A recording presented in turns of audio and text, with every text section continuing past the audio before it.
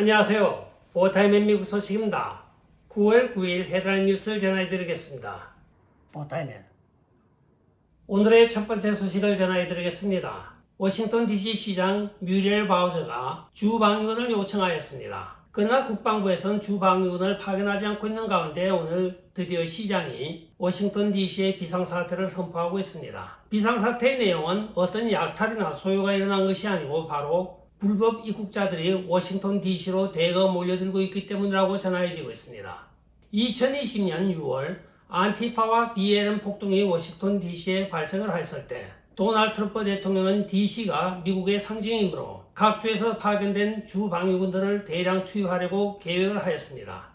그때 당시에 이 바우저 시장은 우리의 자치권이 있으므로 우리는 필요 없다고 거절을 하였으나 오늘은 자기가 답답하니 비상사태를 선언하고 있는 괴상한 행정을 하고 있습니다. 즉 워싱턴 DC는 센츄얼시티라고 하여 도피자의 성이라고도 이야기를 하고 있습니다. 이 도피자의 성이라고 하는 것은 불법 체류자들이 거기 가더라도 체포하거나 법률적인 불이익을 줄 수 없게 되어 있습니다. 그런데 왜 여기에 비상사태를 선언하고 주 방위군을 불러들이려고 하는지 모르겠습니다. 민주당원들도 도피성에서 여러분들은 자유롭게 미국에 입국을 할 수 있습니다 하고 선전을 하였지만 막상 자기들이 당하고 오니까 아니다 싶어서 바우저 시장에게 주 방위군을 요청하라고 압력한 것으로 알려지고 있습니다.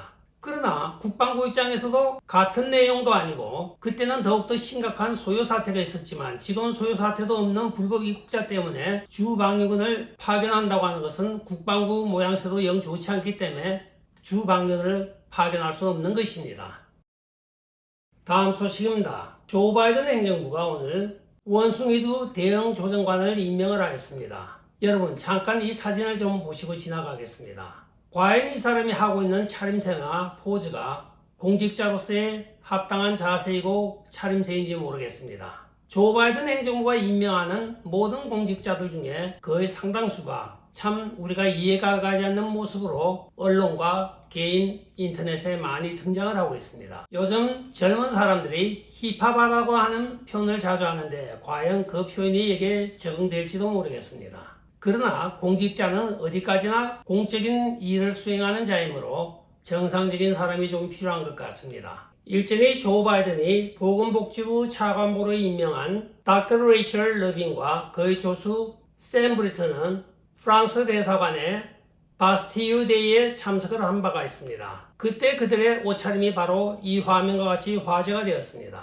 하나같이 조 바이든 행정부에 최근에 임명되는 강요들을 보면 하나같이 좀 특이합니다. 물론 이들은 LGBTQ 멤버이며 그들 지지자이기도 합니다. 이게 요새 조 바이든 행정부의 대세로 나타나고 있는 현상인데 좀 답답하기만 합니다. 많은 사람들이 백악관에 비난을 하자 포용과 관용을 표현하는 것이라고 하며 조 바이든의 공약 중에 하나라고 이야기를 하고 있습니다. 참 그 공약 하나 거창합니다.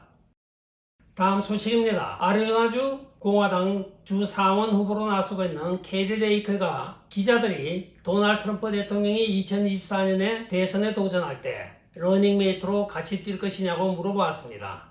그러나 역시 전직 앵커답게 순발력이 굉장히 뛰어난 카리 레이크입니다. 카리 레이크의 답변은 바로 여러분들은 제가 그동안 공직이나 정치권에서는 전혀 문외한이라고 개무시하고 있다가 왜 갑자기 저에 대하여 부통령까지 이야기를 하는 것입니까? 하고 따끔하게 일침을 놓고 있습니다. 메인스트림 미디어 기자들을 머쓱하게 만든 다음에 내일은 내가 알아서 할 테니까 그런 질문 하지 말라고 딱 잘라버렸습니다.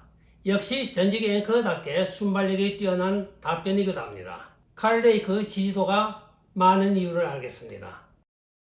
다음 소식입니다. 도널드 트럼프 대통령 수석 전략 연구가인 스티브 베넨이 오늘 뉴욕 법정에서 수갑을 찼습니다. 기소를 당한 그의 죄명은 바로 국경장벽 건설을 위한 횡령 혐의였습니다. 조 바이든 행정부가 국경장벽 건설을 중단을 하자 스티브 베넨이 개인적으로 모금을 하여 국경장벽을 빨리 건설하고 일부는 마감을 하여 국경장벽을 완성한 부분이 많습니다. 이에 조 바이든 행정부는 옛날과 같은 방식으로 그에게 엉터리 혐의를 씌워 오늘 법정에서 수갑을 채운 것입니다. 스티브 베넨은 나를 먼저 꺾어야 그들이 이길 수 있다고 생각하고 나에게 전력을 다하여 공격을 할 것입니다라고 기자와의 회견에서 발표를 하고 있습니다.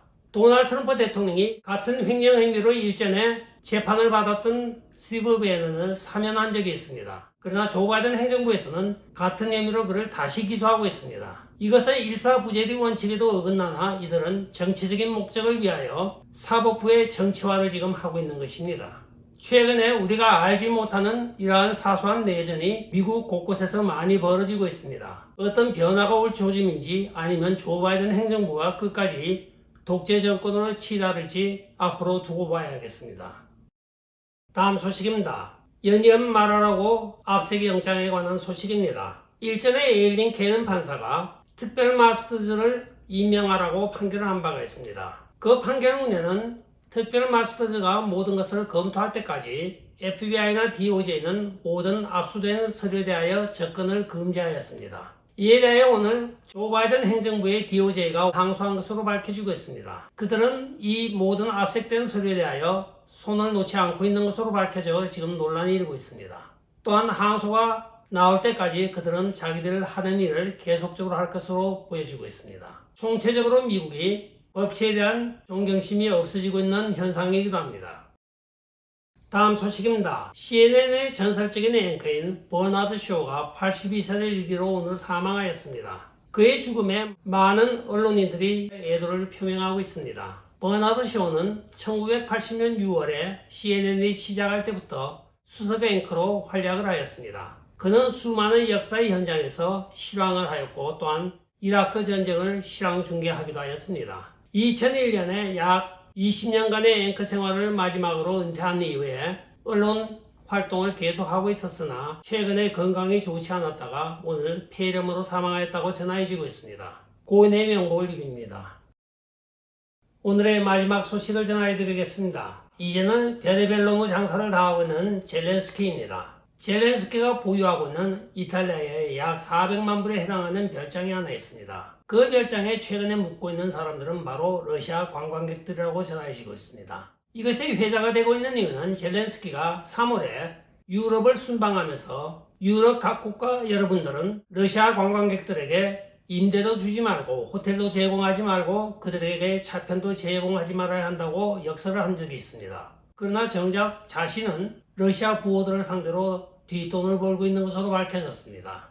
그것도 제3국인 이탈리아에서. 그런데 이해가 가지 않는 것은 이런 젤렌스키에게 마냥 돈을 지원하고 있는 미국 정부의 행보입니다. 과연 무슨 거래가 있기에 끊임없이 우크라이나에 재정 지원을 하는지 모르겠습니다.